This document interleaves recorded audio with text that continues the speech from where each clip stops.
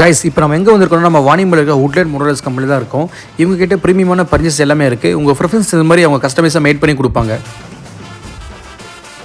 இந்த வீடியோ பார்க்குற அக்காக்கெல்லாம் நான் ஒன்று சொல்கிறேன். அக்கா நம்ம வீட்டில் இந்த மாதிரி நம்ம கிச்சனோ நம்ம இன்டீரியரில் சூப்பராக கிராண்டியாக இருக்கணும்னு ஆசைப்பட்றீங்க இல்லையா? கண்டிப்பாக நம்ம woodlane modular செக் அவுட் பண்ணி பாருங்கள்.